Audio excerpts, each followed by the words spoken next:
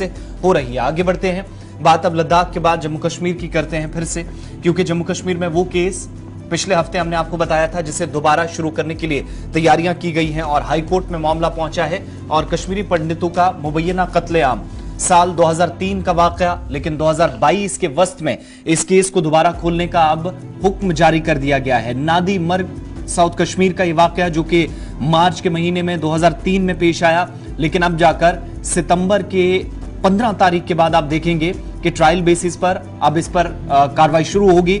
अदालत के अंदर इस केस की समाअत की जाएगी और चूंकि सरकार की तरफ से भी ये कोशिश की जा रही थी इस केस को दोबारा खोला जाए और मुलव्विसिन के खिलाफ कार्रवाई हो। मार्च 2003 का केस जिसे ऑलरेडी बंद कर दिया गया था, इसमें मजीद कोई पेशरफ नहीं हुई थी। तकरीबन 15 से 18 वर्षों के बाद जम्मू कश्मीर और लद्दाख जो कॉमन हाई कोर्ट है वहां पर मामला पहुंचा है और अपने वकील के जरिए जो हुकूमत की तरफ से भी दलाइल रखे गए, जिसके बाद हाई कोर्ट की खुसूसी बेंच की तरफ से यह फैसला लिया गया है और हुक्म जारी कर दिया गया है कि इस केस पर अब ट्रायल बुनियादों पर 15 तारीख के बाद, यानी इसी महीने जिसकी शुरुआत आज सितंबर की हो चुकी है, रोजाना बुनियादों पर समाअत होगी ट्रायल बेसिस पर 15 तारीख के बाद। 24 कश्मीरी पंडितों को लश्कर तैयबा के मिलिटेंटों की तरफ से निशाना बनाया गया था और मार्च 23 सन 2003 था। उसके बाद एफआईआर हुई।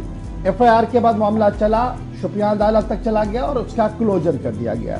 अब जम्मू कश्मीर इंतजामिया ने जम्मू कश्मीर लद्दाख हाई कोर्ट के अंदर पिटीशन किया, फाइल किया और ये कहा कि जनाब ये जो अदालत का पुराना ऑर्डर है इसको सस्पेंड करके इसमें इन्वेस्टिगेशन हो जी, क्योंकि मामला बड़ा संगीन है। 23 तारीख का 2003 का जहां पर कश्मीरी पंडितों को मारा गया था। अब कितने कश्मीरी पंडित वहां मारे गए थे, किस तरीके से मारे गए थे, वो दर्दनाक कहानी है जो कई बार आप सुन चुके हैं।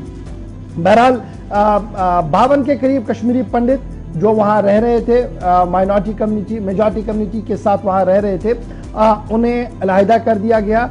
उनमें 11 मर्द, 11 खवातीन और 2 बच्चे जो थे वो खुदकार हथियारों का इस्तेमाल उस वक्त मिलिटेंटों ने किया और उन्हें मार डाला। उसके बाद हुआ हंगामा बहुत ज्यादा हुआ, एसआईटीज बनाई गई, एफआईआर हुई, कुछ लोगों के मारे जाने की भी खबर आई मिलिटेंट्स के। बहरहाल अब यह मामला जो है वो दोबारा जब कोर्ट के सामने आया तो जस्टिस संजीव दर साहब ने तकरीबन 35 मिनट तक सरकार का पूरा आर्गुमेंट सुना और दीगर डॉक्यूमेंट्स देखे, जिसके बाद जस्टिस संजीव दर साहब ने यह फैसला सुनाया कि इस मामले की समाअत अब होगी।